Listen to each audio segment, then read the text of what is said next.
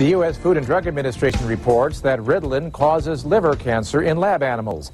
The FDA issued the advisory not to discourage Ritalin use. There's absolutely no evidence of the drug causing cancer in humans, but the agency said people have a right to know.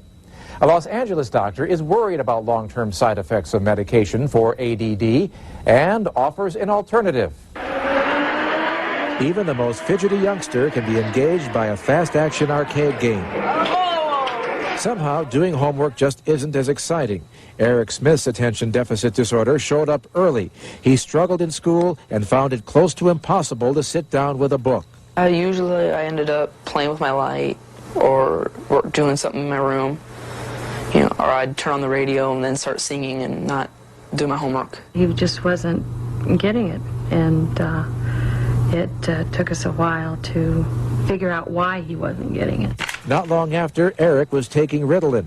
Things got a lot better at school, but his parents were bothered by the thought their son might suffer rare but real side effects from taking the medication year after year.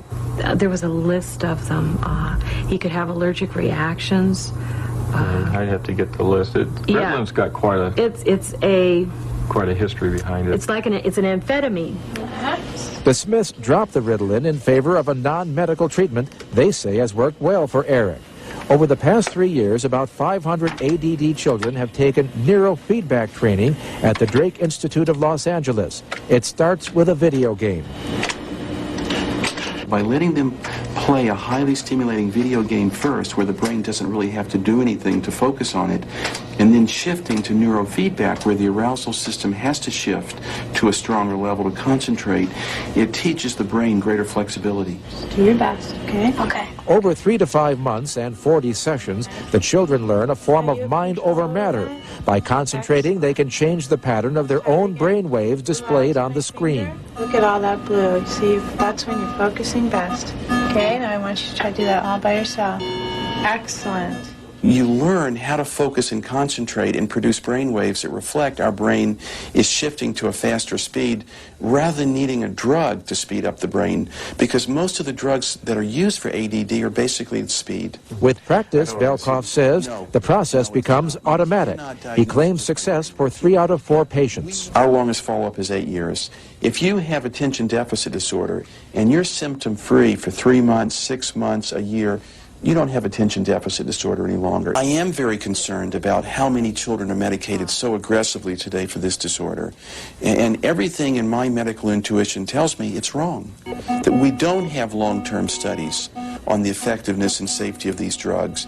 Velkoff cites several small studies, plus his own experience to validate neurofeedback.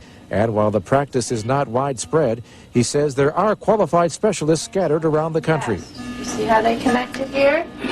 That's perfect. You want to try to keep that up. We read a lot about the drugs, and they're very powerful drugs.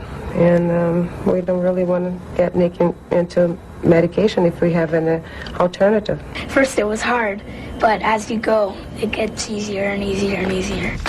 Velkoff compares neurofeedback training to riding a bicycle or throwing a ball. Once you've got it, you've got it. It helped more than the medicine did. Toward the end of school, my medicine would wear off, and I was on my own, and this didn't wear off. It was always easy to concentrate. A year and a half later, Eric says it still is easier to concentrate at both work and play.